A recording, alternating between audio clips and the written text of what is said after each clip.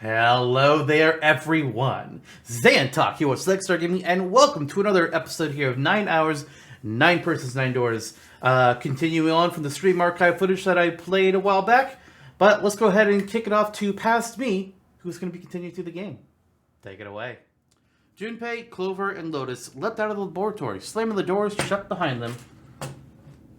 If only we had real escape rooms designed with this much intensity. There's a real one in LA based around ZE. Huh. I've been to a few escape rooms. One of them we were like seconds away from losing. Like less than 10 seconds before we actually got the thing out. Little tense.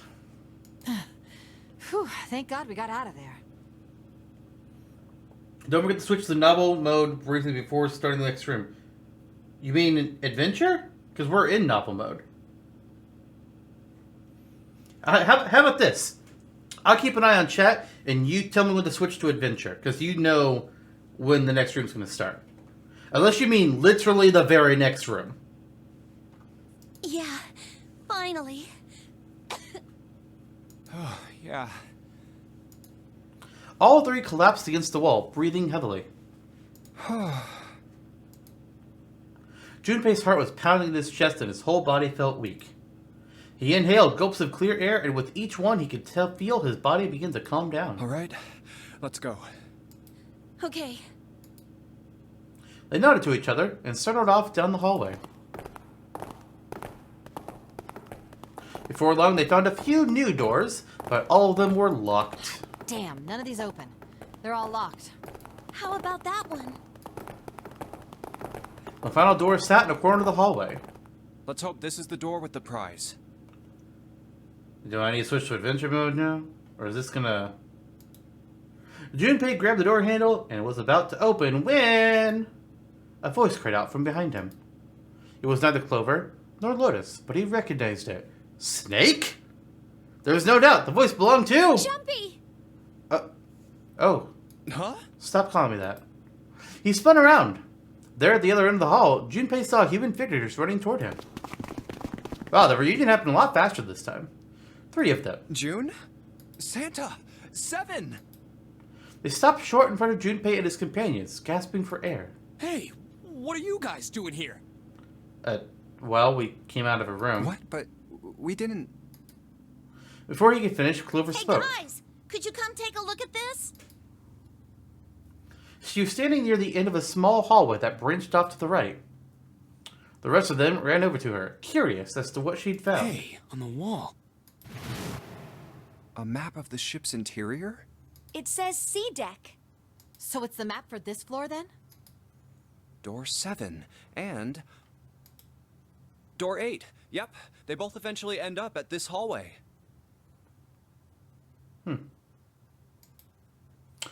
In fact, Yeah, isn't that what I said? no. We aren't going to be split up permanently till we find Oh. door 9. That's what you mean. We might get separated for a little while, but we'll see each other again. Otherwise, we won't be able to open door 9. And that's how the Nonary Game works. Junpei looked at the map of the ship's interior again. Wait a sec. This leads to... As he looked more closely, his surprise and excitement gave way to weariness. Oh, You've got to be kidding me. One by one, the others saw what he'd seen. We may as well go. yeah.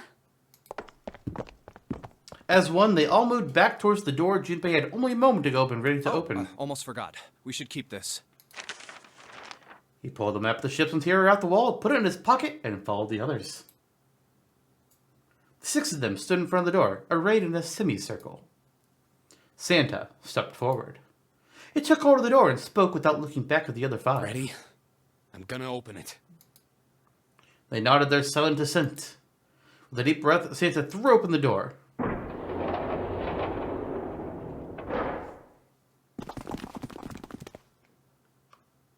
They poured through the doorway and into the room.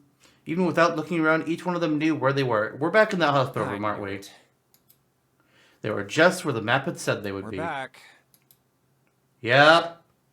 That In the blank hospital door. room.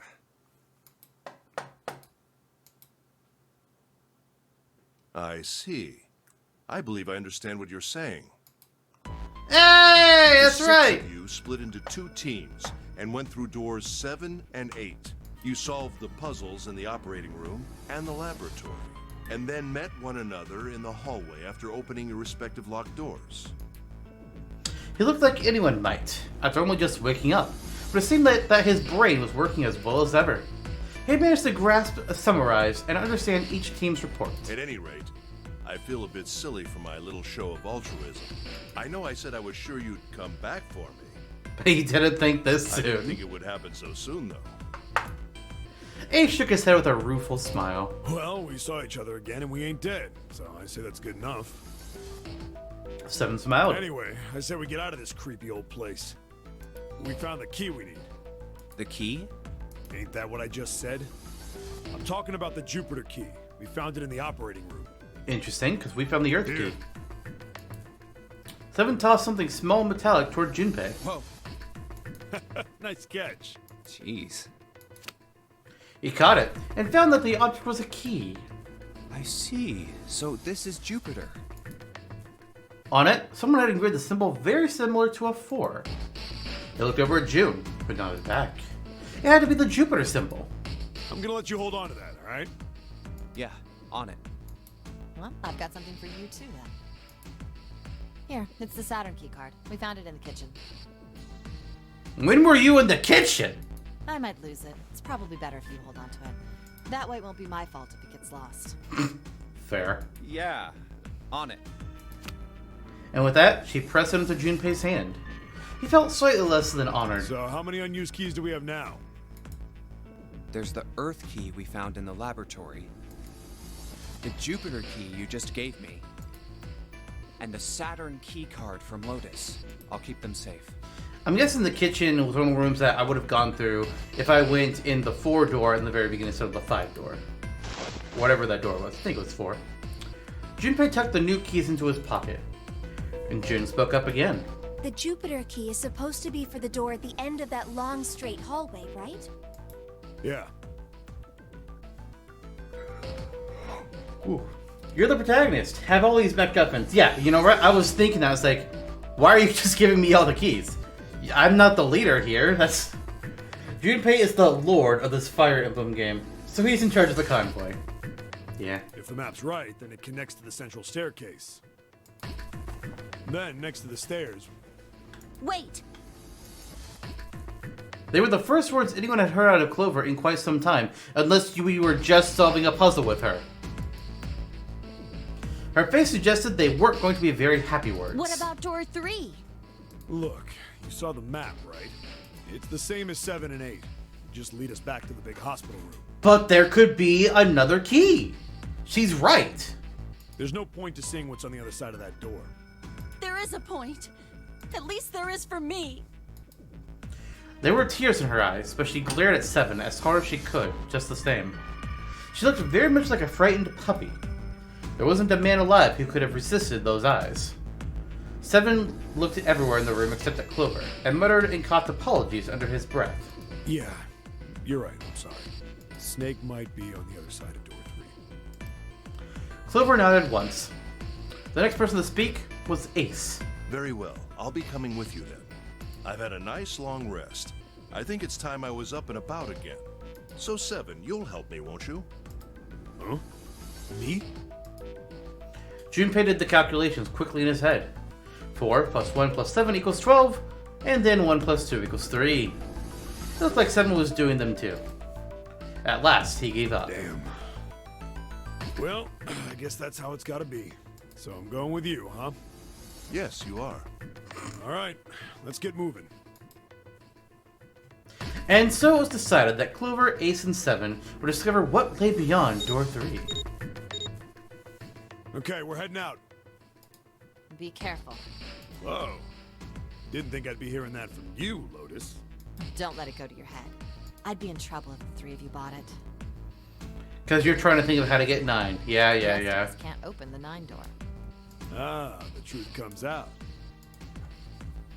7 nodded, as if this answer made much more sense, and pulled the lever on the red.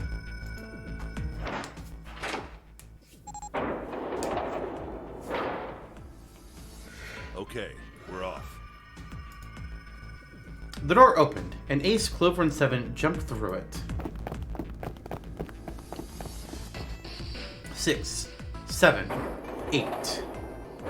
After exactly 9 seconds, the door closed noisily. All right, we should get moving too. Huh? Get moving. Where are we going? Everyone except Lotus seemed rather confused. Well, it would be a waste of time to just sit around, wouldn't it? Let me explain. Snake might be there, but they need to check for HL3. Is that Half-Life 3? Half-Life 3 doesn't exist. Valve can't count to 3.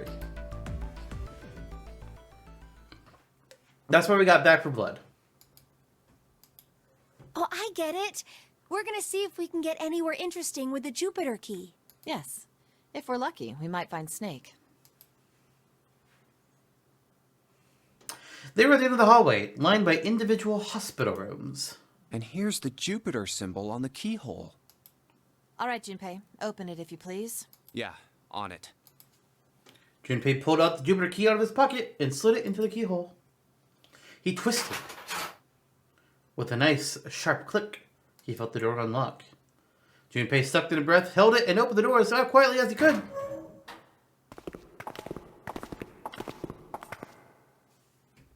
Inside was exactly what he expected to see, from the map of the ship's interior. They were in a tremendous hall, almost like a ballroom, with a massive central staircase. Great, back to the beginning. You sure this is a good idea? What do you mean? Well, we already searched every inch of this room, didn't we? I'm asking you if there's any reason we came back here. The Earth key? Of course there's a reason. Man, sometimes I can't tell if you're smart or just lucky. Huh? This. Junpei pulled 2 things out of his pockets. The Saturn key card. And the Earth key? I'm lost. Santa, here's the thing. Let me explain this to you in terms you can understand.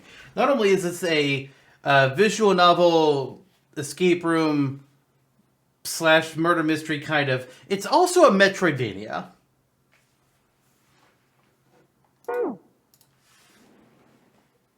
Santa cocked his head to one side, like an inquisitive bird, and looked at them. After several long moments during which it became apparent that Santa had no idea what the cards meant, June took pity on him. Don't you remember, Santa? On C deck, where we are now, there was a big elevator behind the stairs, remember? And next to the elevator, there was a card reader with the Saturn symbol on it. And on A deck, on the door to the left, there was a keyhole with the Earth symbol on it, I think. Okay, why is she talking about the Saturn symbol when we had the Jupiter one? Is that a mistake? Did somebody fuck up? So the 2 keys that Junpei has? Stop Should calling me let that. us use the elevator and the door on A deck. But it's...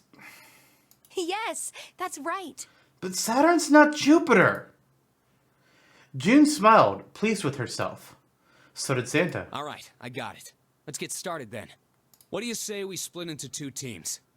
Lotus and I will search the Earth one, so you 2 can search Saturn, all right? But I wanted Earth. Sounds good. Then you guys should take this key. Junpei handed the Earth key to Santa because Lotus is not a protagonist. They decided that their initial search should be brief. We have no idea what's on the other side of these, so don't go too far. Just search for 10 minutes and come back. Plan decided, the 2 teams split it up. Junpei and June headed for the elevators. There's a card reader next to the left elevator. Then let's try out the Saturn key card. I thought they were calling it Jupiter. I am so confused here. Did somebody tell me, did they or did they not call it the Jupiter key card at one point? Or am I getting myself all mixed up?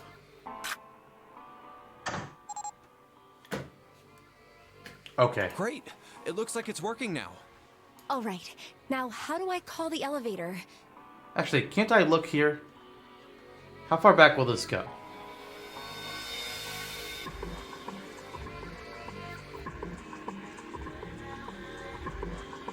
Jupiter.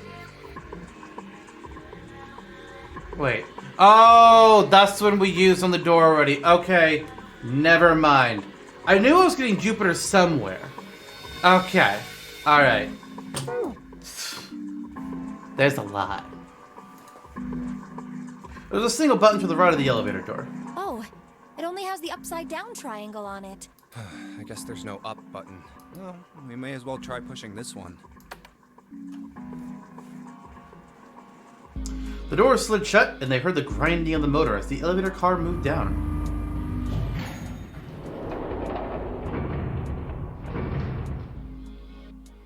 It opened! Look, Junpei!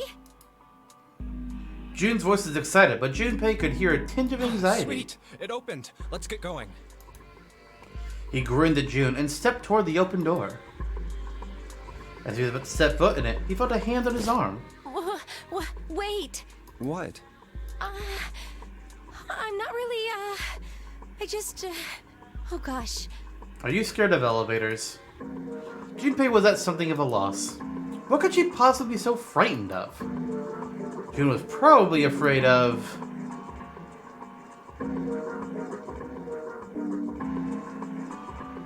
You know this scene? Ozza, what the hell? I thought you didn't know this game. I feel betrayed right now. I'm gonna not pick that one because it feels obvious. She was afraid because the only elevator button pointed down. That meant, of course, that the elevator couldn't go any higher than the floor they were on. Save? Am I too late to save? I mean, I'll save on another slot, obviously. But did I save too late? Yeah, I need to make a save command. It's just a funny option text. Oh. Well, too late. As he thought about it, Junpei realized he hadn't seen elevators on the A or B decks through the central staircase. All of which meant that the elevator could only convey them to the lower decks. Come to think of it, the lower floor, D deck, is completely underwater. I thought I had created some commands for this stream, but I don't remember what they were. I don't remember how I did it either, so probably need to look into that at some point. An elevator heading to a submerged floor. That is pretty scary. Yeah. Hey, wait a minute. This elevator came up from somewhere under us, right? Presumably. Well, yes, I guess it did. It didn't open right away after you pressed the button. There was a motor noise like it was moving, and then it opened. Yeah, exactly. Yes. So, take a look inside. Junpei jerked his head toward the interior of the elevator. It's not wet at all, is it? The walls and even the floor are totally dry. Oh, you're right. They are. A, B, C, D, E, and... I can't tell what that last one says.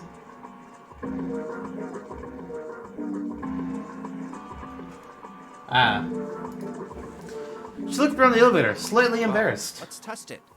Test it. Yeah, watch this. Now, I'll just put one foot inside the elevator and look over at the buttons. Oh, there's only two, E and C. All right, I'll push E. He pushed the E button and jumped out of the elevator. The door slid shut, and they heard the grinding of the motor as the elevator car moved down.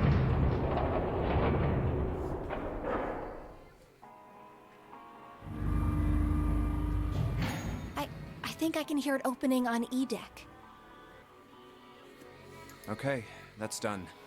Now I'll just press the button again. A few moments later, the elevator returned. Sploosh. Nope, no sploosh. Yep, not a single drop of water to be seen. See? Junpei couldn't resist, puffing out his chest just a little bit. June, however, still looked confused. What does that mean? How can E deck be safe if the D deck is full of water? Magic, don't question it. Well, here's what I think. The elevator shaft and E deck must be watertight and separated from wherever the ship's been punctured. Here, let me show you. He pulled out his notebook and pen and sketched out a rough illustration. I see. So is that why the ship hasn't sunk?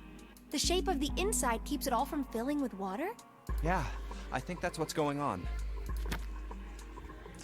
Junpei continued talking as he closed the notebook and slipped it back into his pocket. So I'm gonna go down and check it out. You stay here, alright? But... Come on, just do it, alright? But what if a killer comes up on her while she's alone? Amateurs. He gave Jun's shoulder a reassuring squeeze and hopped onto the elevator. He pushed the E button and the door began to close.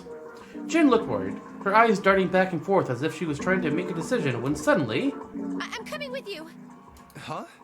At the last possible moment, Jun dashed forward, turning sideways just in time to slip through the gap between the closing doors. Bad Ozza, no bisection of elevator doors.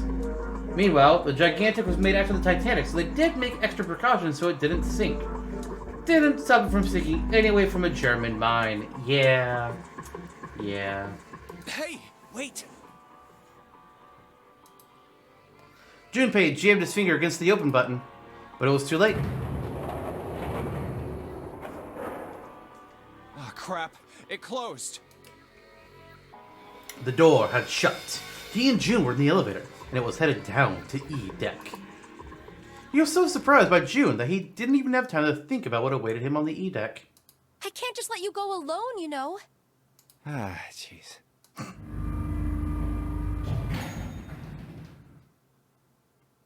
I'm also now realizing in the middle of this that I completely forgot to upload today's Let's Play episode for Pokemon. Oops. Guess I'll have to do it later. The elevator stopped and the door slid open. Also, because I remember this, the captain of the Gigantic was Iceberg Charlie, known for his ability to steer around icebergs. Man, they were really going hard on making sure that it didn't get sunk by an iceberg again, weren't they? God damn. They tentatively stepped out and looked around. It looks normal. No fish going about their fishy business, or jellyfish floating lazily through the water. There was, however, a blowfish. Or at least, something that looked very much like one. Jun's cheeks were puffed out and her mouth a tiny, intense frown. Oh my god, Jun, yes, you can breathe. Oh, knock it off. It's just like I thought. This part hasn't flooded. Come on, just look around. There's no water here. Jun looked around nervously, then exhaled. You're right. It's not flooded at all. See? But there's a whole lot of water. Yeah, right on top of us. Yeah, that's a little bit terrifying, to be honest. What's gonna happen if the ceiling breaks? We die. We'd probably die. Oh no. Don't be so casual about something like that. At any rate, we should probably go back as soon as we can, once we're done looking around down here. Lotus and Santa might already be back. I still can't read what that says. I want to say it's like something bottom, but it doesn't make much sense. Okay, good idea. Now then. You dare bring water to my lair? You must die. Yeah. Junpei glanced around the room they'd found themselves in. The first thing he noticed was a set of thick iron bars. They ran through the length of the room, separating the left elevator from the right Iron one. bars. Well, we can't go over there. Right. Then maybe. In the corner of the room that housed the elevators, Junpei found an opening. He walked up to it and stuck his head around the corner. It looks like there's a long straight hallway down this way. The 6th door. Something's written on the door at the end. Wait, is that... Let's check. Junpei and Jun set off down the hallway at a brisk clip, somewhere between a run and a jog. Before long, they found themselves in front of the door. On it was a number written in bright red paint. 6. I knew it! This is a numbered door. And indeed, there was a red bolted to the wall right next to the door. But we can't do anything with only the two of us. We better head back and let everyone know. Yes. Junpei and Jun turned and headed back to the sea deck. Wait, what's this? On their way back, Junpei noticed another map on the wall. Is this the map for E-Deck? I should take it with me.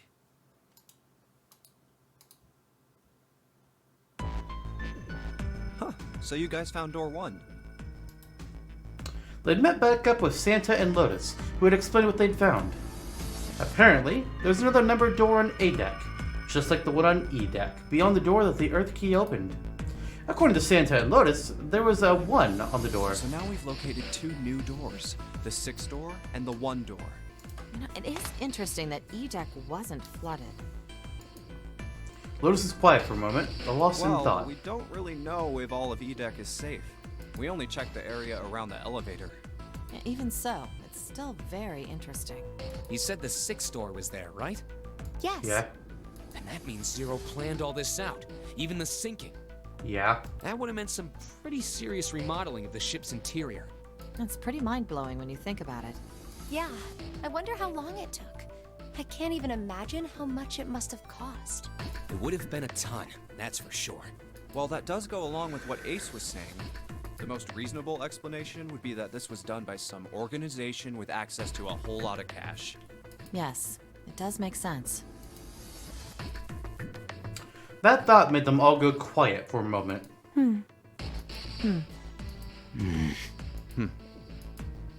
June bit her lip, while Lotus sighed softly to herself, and Santa cracked a stiff neck and stared off into the distance at nothing. Yeah? I don't think it's a very good idea to stay here. June looked up at Junpei with large, pleading eyes. You're right. Ace and his team might be back already. Well, Junpei and I should be able to open door 1. Huh? You guys leaving me behind? 8 plus 6 plus 5 equals 19. 1 plus 9 being 10, and then 1 plus 0 equals Just 1. kidding. All right, let's go. I mean, she did want to work with us earlier.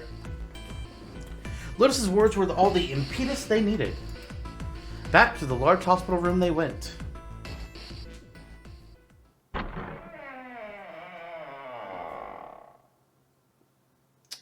When the two of you are both giving me a triple dot, I grow concerned. The moment they stepped inside, a tremendous voice echoed across the room.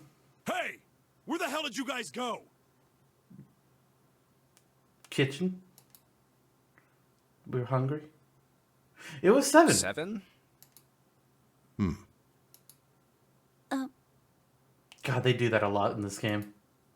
Ace was right behind him, and Clover was behind Ace, though she seemed to be hanging back. What's wrong? It looked as though there was something strange about them. 7 had the look of a man who'd seen a ghost. Ace was just as pale, and Clover looked as though she was only moments from passing out entirely. For a long moment, they simply stood there, looking at one another. Let me guess, you found the dead snake. Junpei looked around nervously, waiting for someone else to speak. No one did. He looked at 7. What happened? What the hell kind of question is that? A normal one? 7 was trying hard to be angry, but something had shaken him hard. His shoulders were trembling, and his voice was strange. Snake was... Aha! Snake is... 7 couldn't finish. He just looked away, his face twisted by Junpei. His face twisted by Junpei wasn't sure what. Instead, Ace spoke.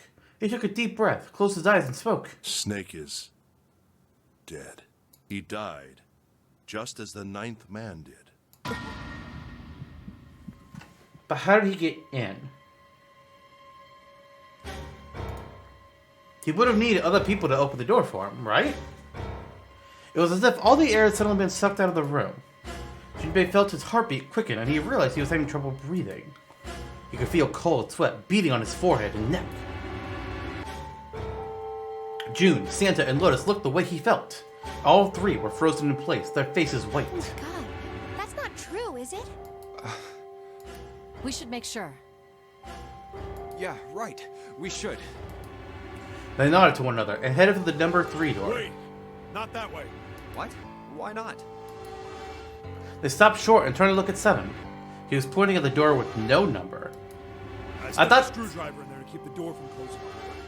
It's not locked, so you can go in that way.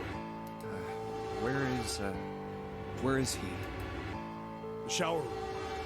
Left side of the hallway. I put a broom in there too to keep the door open. that means we can get in without going through the numbered door, right? Yeah, that's right. Then let's go. Our new destination clear. Junpei and his companions headed for the door with no number.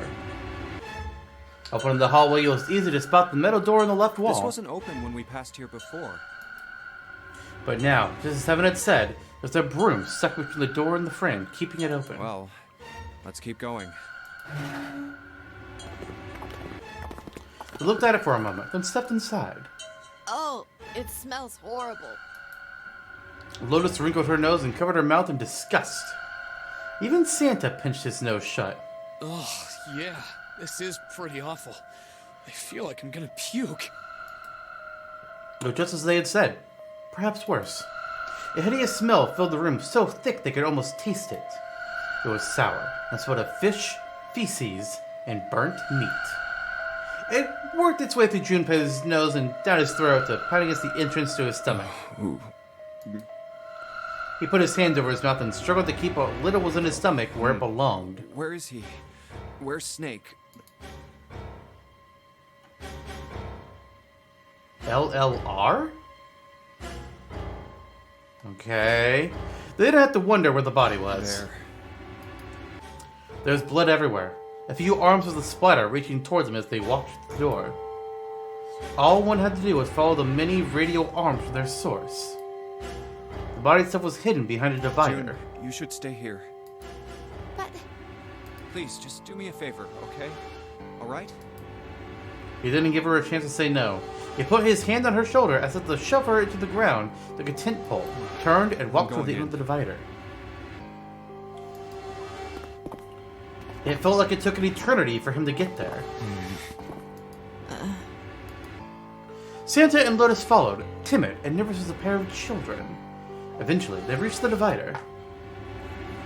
They looked at one another and nodded slowly. Junpei put his hands on the divider and peered around the corner. For a moment, he forgot to breathe.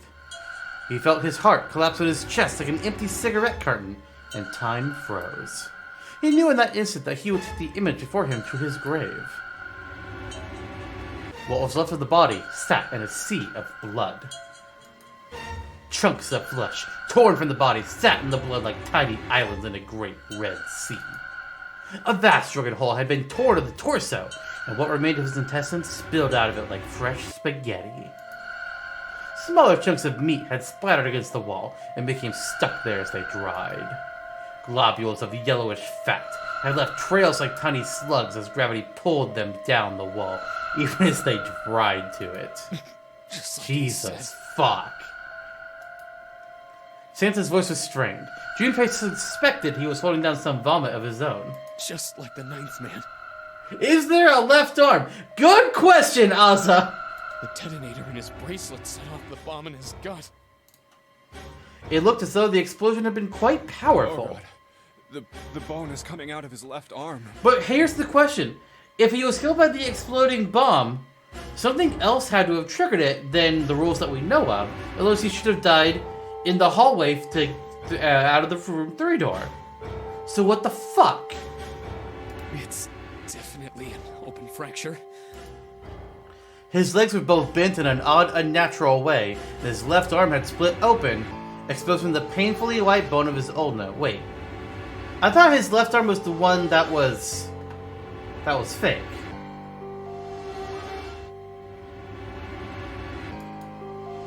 His bracelet lay next to him. It seemed to have hit the wall hard enough to have shattered the display, which lay on the ground in pieces. Oh, the face. It's horrible. Yeah, I can't even tell who it is.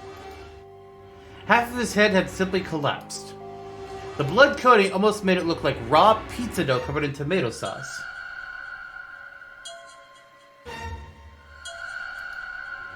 His clothes, too, were covered in blood. The burgundy tie, the white shirt, the jacket with the yellow piping, and the gray slacks. But the clothes are... They were all familiar to Junpei. No mistake about it. It's Snake. It's not what the game shows you, it's what it doesn't show you. Those descriptions, man. Yeah, those are some intense fucking descriptions. Good God, comparing the fat to slugs on a wall? Fucking Christ. Yeah, and I hate comparing human bodies to food. Yeah, Yeah, that's a bad one. As somebody that likes to eat food, yeah. Something is definitely wrong about this, though, because correct me if I'm wrong, honestly, because I know you honed in on as well. The arm. Wasn't it his left arm that they said was fake? If that's true, then this can't be Snake, because they just described a very real left arm. So what the fuck? Lotus's voice was unnaturally deep and strained, and Junpei heard it catch in her throat.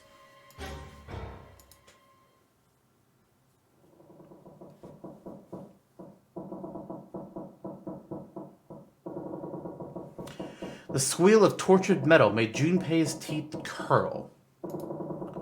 It sounded like the noise a ghost would make. No matter how many times he heard it, he never got used to it. Every time it put him on edge.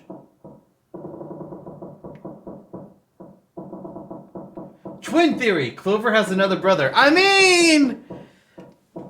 Twin theory is almost always a valid theory. And... You know, it's funny, Kelly. When Snake first picked his name as Snake, I was like, Solid Snake? I was gonna make a joke about that, and now here you are saying, oh, now he's Liquid Snake. You're not wrong. It didn't help there was a girl nearby who looked far more like a ghost than a living human being should. It was Clover. She sat on the edge of the bed, her head drooping listlessly onto her chest. Her eyes were blank and stared across the room at nothing. Her breathing was slow and mechanical. Aside from the rise and fall of her chest, she didn't move. Junpei felt as if even a nudge might cause her to shatter into 1,000 pieces. Snake was probably murdered. Chances are he was killed the same way the Ninth Man was. Seven lowered his voice, likely in an effort to keep Clover from hearing what he had to say. There were 4 other people in the room, with Junpei and Seven. Ace, Santa, June, and Lotus. Seven looked at each one of them in turn and continued. It's pretty straightforward. Not that hard to figure out how they did it. First, the killers got Snake to authenticate on the red to open door 3. Then they shoved him into it, and waited 9 seconds for the door to shut. Once that door shut, it was all over for Snake. But he didn't give up. He probably knew it wouldn't do him any good, but he probably ran into the shower room looking for the dead.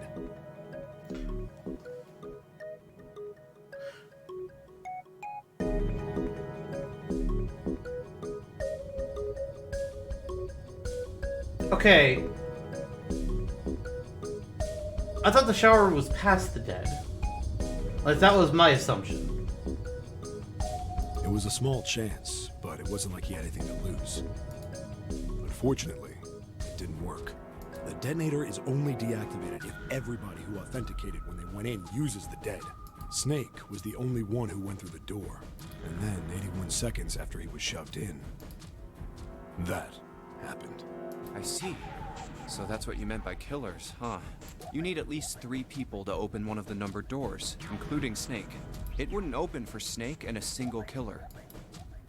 Yeah. That means we're looking at multiple perps here. Junpei crossed his arms and grunted. Well, just in case, I want to make... Let's say you're right. When do you think Snake was killed? When we all split up to look for the parts for the Reds, I think. Right after that was when we noticed he was gone. Then that means none of us have alibis. We were all off searching the rooms we'd been assigned, looking for those parts. In pairs. Yeah. Mostly. At best. That means anybody could be a killer. Wait a minute. What are you talking about? June seemed shocked. How can you say that so casually? You're implying that one of us is a killer. Well, not just one of us. If I'm right, then at least 2 of us are murderers. Why don't you calm down a bit, Seven? What are you going to gain by being so suspicious? That's what Zero wants, you know? What Zero wants? Exactly. This game was set up by Zero, wasn't it? Any game has a winner and loser. Whoever makes it through door 9 is a winner, and those who don't are the losers. Zero is trying to make us fight against one another for that victory. Then you're saying that Zero is trying to split us up by making us fight each other? Obviously. Yes. That is why we can't let ourselves fall prey to suspicion. We have to trust one another and form a strong bond of friendship. Otherwise, we'll end up ensnared by Zero's manipulations. Then does that mean that the person who killed Snake... Yes. Almost certainly Zero himself. If there's anyone we should doubt, it should be Zero. He masterminded this game and kidnapped all of us. Doesn't it seem reasonable that he would have killed Snake as well? Good question. Junpei hadn't really considered If that. Zero killed Snake, then Zero is on the ship with us. Junpei. Was Zero still on the ship with them? So... Okay. Think about this for a second here. So earlier on, they were saying, oh, Zero's probably on the ship. I mean, they don't need to monitor us. They have remote ways of knowing things and be able to manipulate everything around. But I wasn't entirely sure. There's also the possibility that Zero isn't just an extra individual. Those messages that we heard Zero play before could have been recorded, and Zero could be one of the people with us who is going by a different name. That's kind of where I'm leaning with things. I think Zero might actually be one of us, because they also like, oh, yes, all of us were kidnapped by Zero, and we don't remember what they looked like, or anything about them, other than they had a giant coat and a face mask. It'd be real easy to do the exact same story for all people, and just be like, yep, that happened to me too. Yeah, absolutely. Because they did the exact same thing, so they can easily just have that same cover. If that's the case, who could it be? Don't ask me that question yet. If I was to give you suspects right now, I would say it's between Santa and Ace. Nothing really strong in that suspicion, but that's what I'm going to come up with. But I'm going to say, of course. Of course he was. That was obvious. But I don't... Zero was somewhere on the ship, but Junpei had no idea where. Junpei mumbled to himself, lost in thought. Where could Zero be hiding? One of us. Suddenly, everyone went very quiet. The silence was cold and clammy, and Junpei could feel it crawling across his back and around his throat. Again, he heard the ghosting moaning noise. And moments later, a person who looked more ghost than human appeared. It was Clover.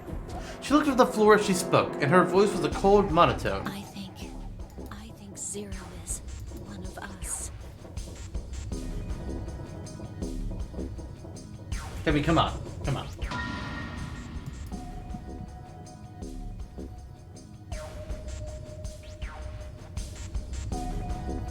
Could also be June. Every human body in the room froze. The only person who I don't think it is Clover. That's the one that's above, well, I guess, and myself. Every human body in the room froze. The only sound was the muffled rustling of breath. Eyes darted from face to face. One of those faces was the face of their jailer. Also, I'm going to say it, because it's something that's come up a little bit in discussion before with me and Kelly and me and Ozza here, is that when it comes to things like this, I vastly prefer the hidden antagonist figure to one of the people masquerading as your friends, because I feel like that just hits harder than it to be some person else that was off in another room. It's because, like, you got no connection to that. But this, somebody who you thought was an ally, that is a much bigger twist. Was he one of them? That's possible. Well, that's possible. In before Zero is the ninth man. Man, if that's the case, then they fucked up. Of course, ninth man twin theory?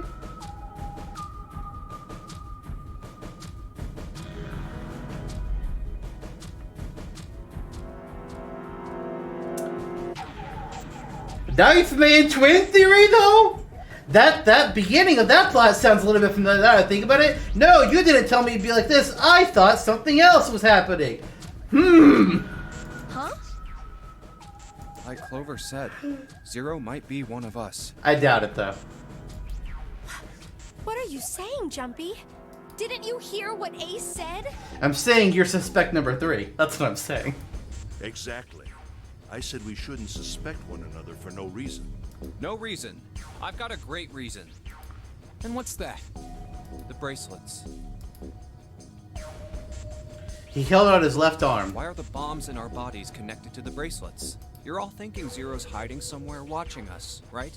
If he's doing that, then he could just detonate the bombs by remote control if someone did something they weren't supposed to. It would be a lot more precise and a lot easier. But if that's the case, then why is the bomb set off by the detonator in the bracelet? You got a point. I'm not done. Try applying the same ideas to the Nonary game. All of the puzzles here run all by themselves. In other words, Zero doesn't have to be controlling them for the game to move forward. Why's that? Why would Zero bother to do something like that? Junpei let the question hang in the air and looked at the others. It was Santa who answered. So let's say you and Clover are right. Zero's one of us. If that's the case, then it'd be really hard for him to keep track of all of us or control anything remotely. That's why all the puzzles run by themselves. That's what you're getting at, right? Yeah? Yeah. Junpei nodded. 7, when we were talking earlier, you said any one of us could be Snake's killer, right? Yeah, something like that. Alright then. I've got a question for you, Ace. You said something like Zero must be the one who killed Snake, right? Yes, something like that. I can't think of any other explanation. So what do we get if we combine those? They fit together pretty well, I think. Something like this. Whoever killed Snake is Zero. Hence, Zero is one of us. 7 and Ace's theories aren't mutually exclusive. They actually complement each other pretty well. At least they do if Zero is one of us. No one spoke. Their faces were grim, but Junpei wasn't sure if they believed him or not. Finally, Lotus spoke up. What were his motives? His motives? Yes, isn't that pretty important? Why would Zero want to hide as one of us? The fun of it, the thrill. Oh, well, that's because... Junpei choked. He hadn't thought of that, and he had to be honest with himself. He had no idea. No sane person would. Don't know. Lotus sighed. Well, so much for making a persuasive argument, Junpei. In other words, you only had circumstantial evidence. Also, pointing towards possible Lotus villain, she honed in on being in room 8, which is just tailor-made for her skills. I don't really think that's enough to go on, you know? Ah. Like, who else would have been able to get that computer screen gone? Junpei was painfully aware of their eyes on him and their disapproval. He tried to find something else, anything else to look at. Then, in that horrible silence, they heard a bell begin to ring. It was the clock at the central staircase. It's 3 in the morning. That means we have 3 hours left. Then we need to move now. 7, Clover, Junpei, I know how you feel, but you do understand that right now it's important we trust one another, don't you? You're right, but... Junpei couldn't bring himself to respond. He swallowed the words he wanted to say inside. 7 and Clover remained similarly silent.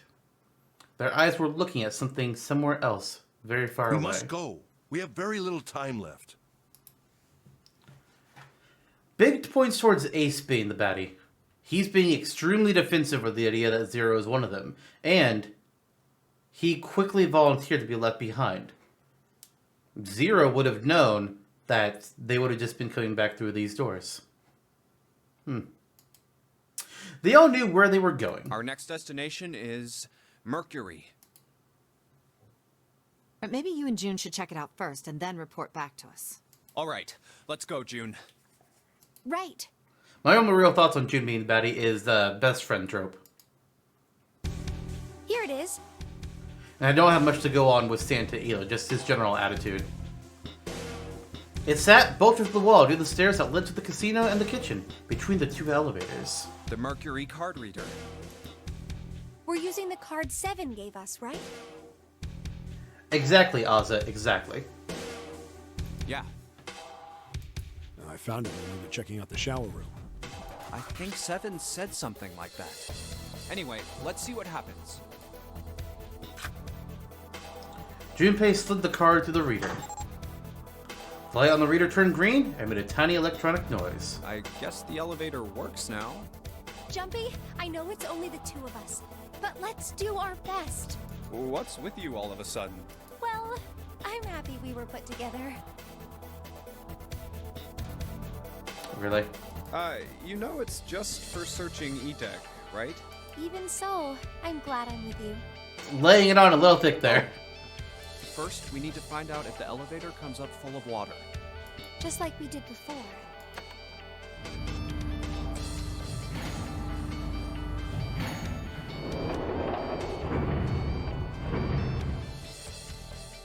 Oh, here it is. I knew it. It's not wet at all. Let's go. Yes. Once I've been checked for water, Junpei and June stepped into the elevator. Look! Nearly all of the buttons are destroyed. Yeah, only the seat and bottom button can be pushed. We're on C deck right now, so the only one we can choose is bottom. Aha, so it did say bottom, but what was the other word on that button before? Yeah. Well, let's try it out. Will they finally tell me? I want to know. The door closed. Slowly, they began to move downward. Oh, so this is the bottom deck. Damn it. Oh, deck. That's probably the other word that it was. Okay. Actually, no, I thought bottom was the second word. What the feck? They stepped off and saw that the hallway to their right ended somewhere between 20 and 25 feet from them. The hallway in front of them was a dead end. But not a regular dead end. Hey, over there. This is a numbered door. This is the 8th one we found. Yup. There were 2 numbered doors on B deck near the central staircase. They were doors 4 and 5. 3 more in the large hospital room. Doors 3, 7, and 8. We're effectively in chapter 3 right now, I feel like. And the door we found on E deck, and the door Lotus and Santa found on A deck. It was a 6 on the door on E deck, and a 1 on the door on A deck.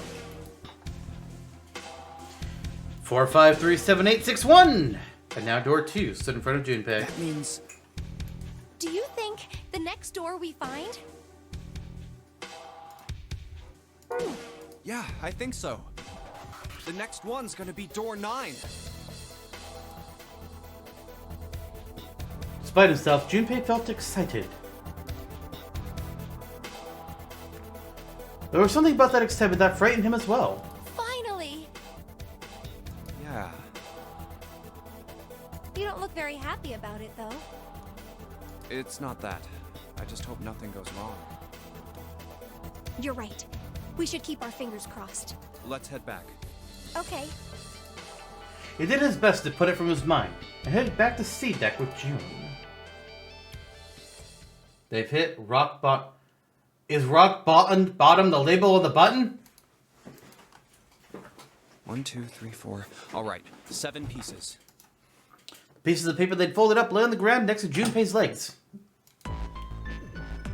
Everyone had written on paper pulled from Junpei's notebook in an effort to pull together a blind Just vote. double-checking, but everyone wrote their code name and a door number they want, right?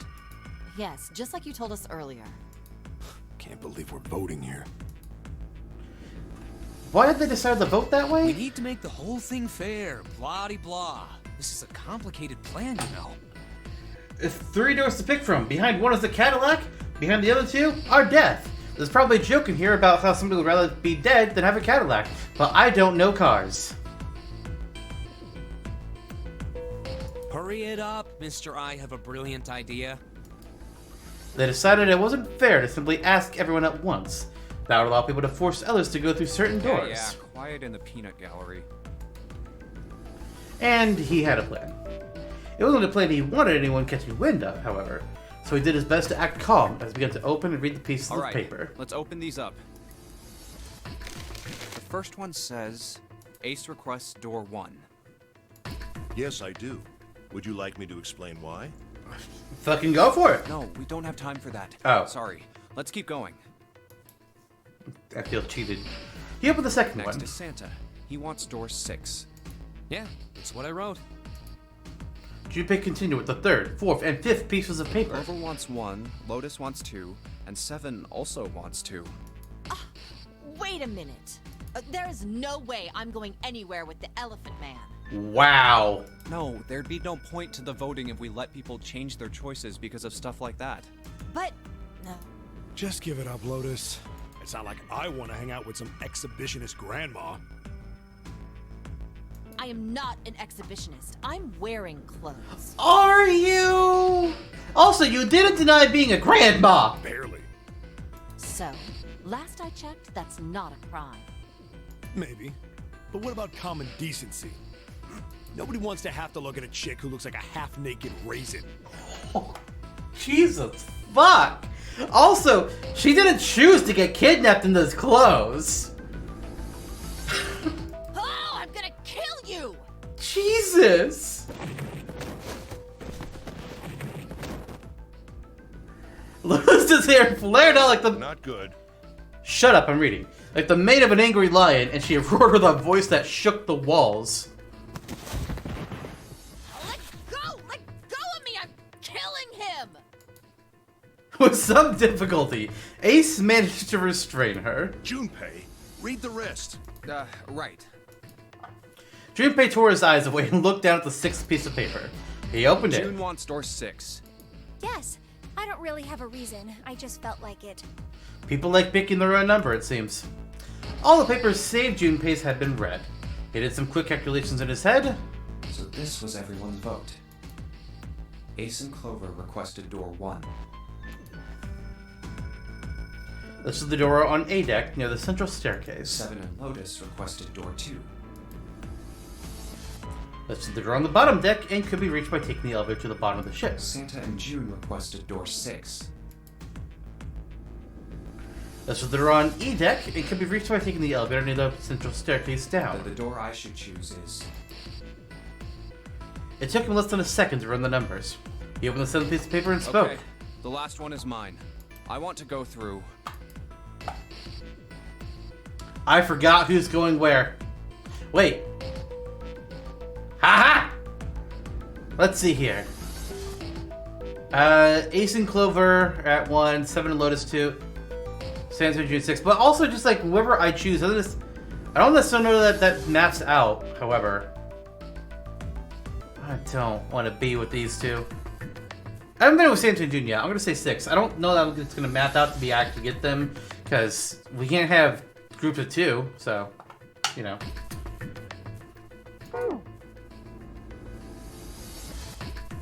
Why was she wearing them to begin with? Yeah, it's a good question.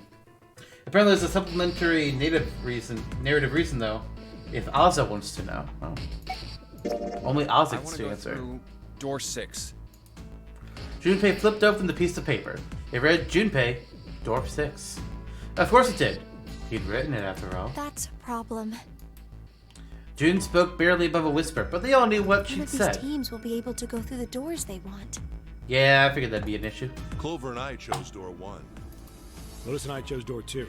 That's not enough people to open a numbered door, however. The digital routes don't match up either. We've got similar problems.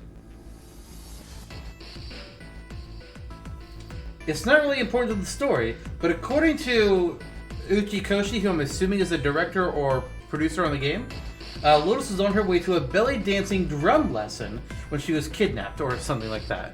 Okay. June, Junpei, and I want to go through door 6. But our digital route is 5. If we're gonna open that door, we need a 1. Damn, what are we gonna do now? What are we going to do? Junpei crossed his arms and did his best to put his thoughts in order. The others followed suit, but with little result.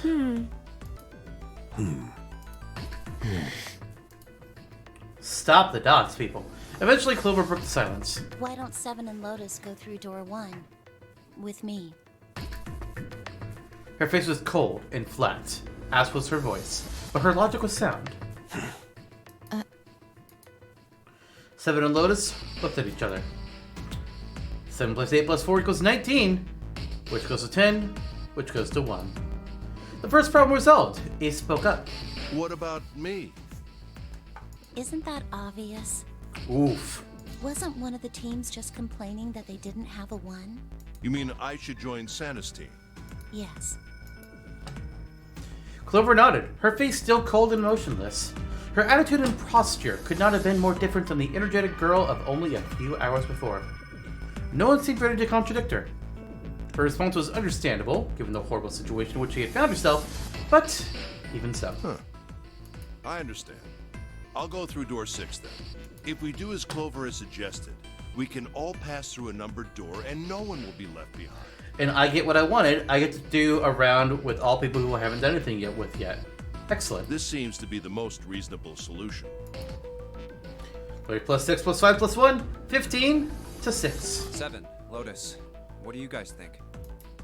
I don't have a problem with it. Me either. Alright then, we're good to go. See you later. Wait, Clover! Don't move on your own!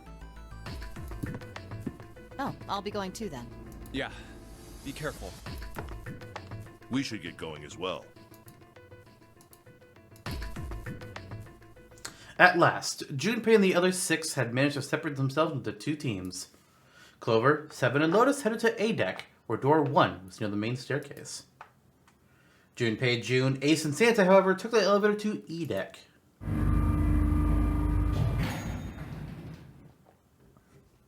The ride to E deck was a silent one. This is E deck.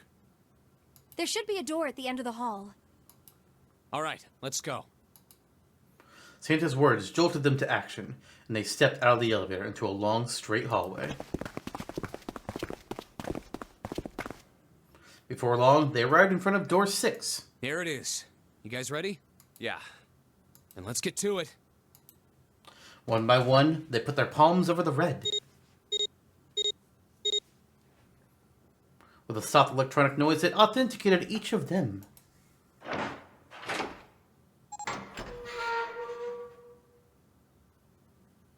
The door opened. And all at once, the 4 of them leapt through it. And I just realized that I'm picked the option that has all 3 of my top suspects. I'm in danger. Hey! I found it! It's right there! Fortunately, the dead was located easily enough. This one had been placed quite close to the door they'd entered through. They gathered around it quickly and hurriedly placed their palms on it for authentication one by one.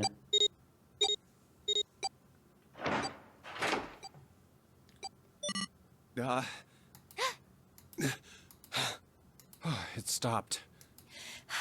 Yes! It stopped. The countdown had ceased, but Junpei's heart was still pounding in his chest, like a frantic, thunderous drum. It felt as though it might shake itself up and out of his throat. Whew. I don't believe I'll ever get used to that. I'm not sure it's something I'd want to get used to. We should finish this game before imminent death becomes a normal thing. You got that right. Once I'm out of this hellhole, I'm taking a nice long vacation. I agree. With that, the doom and gloom from before was done, and the mood turned somewhat lighter. Alright, let's go. With that attempt at good humor, Junpei took a deep breath and began to walk.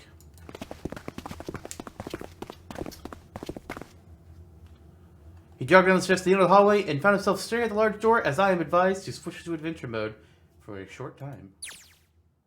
Alright, and I think that's going to be a good stopping point here for today's episode. According to these after facts, so I don't really know strictly what I just did, but I hope you enjoyed what we just saw, and tune in for the next episode of 9 Hours, 9 Persons, 9 Doors. See you all next time. Bye, everyone.